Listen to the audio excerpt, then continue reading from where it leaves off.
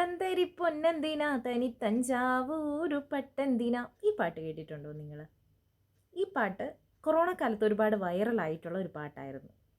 Just ഈ video ഒന്ന് കണ്ടു നോക്കാവോ? എന്തായിരുന്നു പൂജയുടെ ഒരു സ്വപ്നത്തിലെ ഭർത്താവ് എന്ന് പറഞ്ഞ? ആദ്യം എനിക്ക് ഹൈറ്റ് വേണമെന്നുണ്ടായിരുന്നു. അതിവിടെ ഉണ്ട്. അതിവിടെ ഉണ്ട്.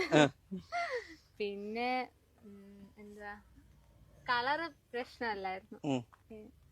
പിന്നെ സ്നേഹിക്കാൻ നല്ലൊരു മനസ്സ് വേണമായിരുന്നു. അത് ഫസ്റ്റിലെ എന്നോട് സംസാരിച്ച് ഇടപഴകിയപ്പോഴേ എനിക്ക് തോന്നി എനിക്കൊരു സേഫ് സോൺ ആയിരുന്നു ആള്. ഭർത്താവിനെ കുറിച്ചുള്ള സങ്കല്പങ്ങൾ എന്തൊക്കെയാണ്? പൊക്കം വേണം, നിറത്തിലൊന്നും ഒരു കാര്യമില്ല, എന്നെ നന്നായി മനസ്സിലാക്കണം. കൊള്ളാല്ലേ, അടിപൊളി. ഇന്നത്തെ എല്ലാ പെൺകുട്ടികൾക്കും ഇങ്ങനത്തെ ഒരു ചിന്താഗതി ആയിരുന്നെങ്കിൽ ഇന്ന് കല്യാണം കഴിക്കാതെ അധികം ആണുങ്ങളൊന്നും നിന്നു പോകത്തില്ലായിരുന്നു. ഞാൻ വരുന്നതിന്റെ ഒരാഴ്ച മുമ്പും അതിനെപ്പറ്റി കുറച്ച് നല്ല ഡാർക്കായിട്ട് സീനായിട്ട് നടന്നുകൊണ്ടിരിക്കുക. അപ്പൊ എനിക്ക് ഒട്ടും പിടിച്ചിരിക്കാൻ പറ്റാത്തൊരവസ്ഥയായി. പിന്നെ ഇപ്പം 3 വർഷം കൊണ്ട് ഇതൊക്കെ തന്നെ പ്രഷറും കാര്യങ്ങളും അങ്ങനെ കുറെ പ്രശ്നമുണ്ട്. അപ്പം അതും കൂടെ ആയപ്പോ എനിക്ക് പിന്നെ ഒട്ടും പിടിച്ചിരിക്കാൻ പറ്റാതായപ്പോ ഞാൻ ഇങ്ങനെ ഡിസിഷൻ എടുത്തത്.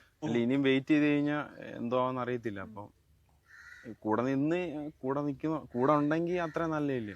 ഇനി അത്ര നാളും വെയിറ്റ് ചെയ്ത് ഇനിയിപ്പോ എന്താവുന്നൊന്നും പറയാൻ പറ്റത്തില്ല. ഇനിയിപ്പോ വീട്ടിൽ എന്തോ പറ്റുന്നെന്ന് പറയാൻ പുറത്തോട്ടൊക്കെ വിടാനുള്ള ഒരു പ്ലാനും കാര്യങ്ങളും ഇപ്പൊ എന്റെ കൂടെ ഉണ്ടെങ്കിൽ ഓക്കെ.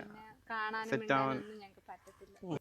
3 വർഷം മുൻപ് വീട്ടിൽ പ്രണയം അറിഞ്ഞപ്പോൾ തൊട്ട് ആകെ പ്രഷറായിരുന്നു. അതായത് ഇപ്പോൾ +1 പഠിക്കുന്നത്. അന്ന് കൂടിപ്പോയ 8ാം ക്ലാസ്സിൽ പകുതിയോ അല്ലെങ്കിൽ 9ാം ക്ലാസ്സിലോ ആയിരിക്കും. ആ ഒരു പ്രായത്തിൽ പഠിക്കുന്ന കൊച്ചിനൊരു പ്രണയമുണ്ട്, ഒരു ലൈൻ ഉണ്ടെന്നൊക്കെ പറഞ്ഞിട്ടുണ്ടെങ്കിൽ അച്ഛനമ്മയും പിന്നെ എന്നെ പിടിച്ച് ഉമ്മ തരുമോ? കെട്ടിപ്പിടിച്ച് ഉമ്മ തരുമെന്നാണോ നിങ്ങളുടെയൊക്കെ വിചാരം? കൊള്ളാം. പിന്നെ എന്താ, എന്നെ പഠിക്കാനായിട്ട് ദൂരേക്ക് പറഞ്ഞു വിടുമായിരുന്നു എന്ന്.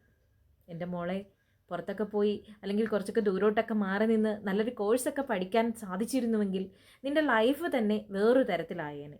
വിദ്യാഭ്യാസമാണ് എല്ലാത്തിലും വലുത്.